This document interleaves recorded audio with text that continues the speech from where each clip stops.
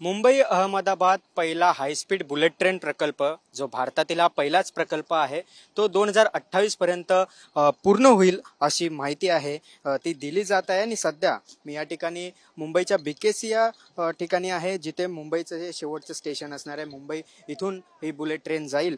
सध्या आपण बघितलं तर हा 508 किलोमीटर अंतर कापून जवळजवळ 2 ते 3 तासात मुंबई ते अहमदाबाद असं हे अंतर कापलं जाणार आहे।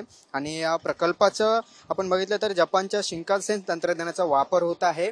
2017 साली पंतप्रधान नरेंद्र मोदी आणि जपानचे तत्कालीन पंतप्रधान शिंजो आबे यांच्या उपस्थितीत या ठिकाणी भूमिपूजन झालेलं होतं। त्यानंतर प्रत्यक्ष कामालाही 2021 पासून सुरू झालं।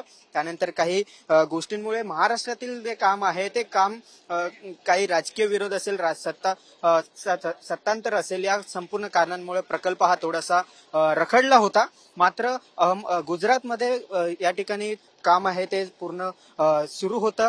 त्यानंतर 2019 ते आपण पाहिलं तर 2022 पर्यंत महाविकास आघाडीचं सरकार आल्यानंतर काही जी काही जमीन हस्तांतर असेल या कारणांमुळे काहीसा हा प्रकल्प रखडला गेला। त्यावेळी महाविकास आघाडीने या संपूर्ण प्रकल्पाला विरोध केला होता। त्यामुळे त्यानंतर सरकार बदललं, पुन्हा एकदा कामाचा वेग आहे तो वाढला आणि त्यानंतर आता हे काम आहे ते पूर्ण होत आहे। सध्या आपण बघितलं तर सध्या 2026च्या अखेरीस या ठिकाणी अहमदाबाद म्हणजे गुजरात मधील जो काही भाग आहे त्या ठिकाणचा भाग आहे काम आहे ते कार्यान्वित होईल। तर 2028 पर्यंत संपूर्ण प्रकल्प हा पूर्ण होईल अशी घोषणा काही दिवसांपूर्वीच मुख्यमंत्री देवेंद्र फडणवीस यांनी केली होती। आता काही वेळापूर्वीच अश्विनी वैष्णव जे केंद्रीय रेल्वे मंत्री आहेत त्यांनी देखील या ठिकाणी भेट दिलेली आहे। एकूण 12 स्टेशन असणार आहेत, 8 स्टेशन हे गुजरातचे असणार आहेत तर 4 स्टेशन हे मुंबईचे असणार आहेत।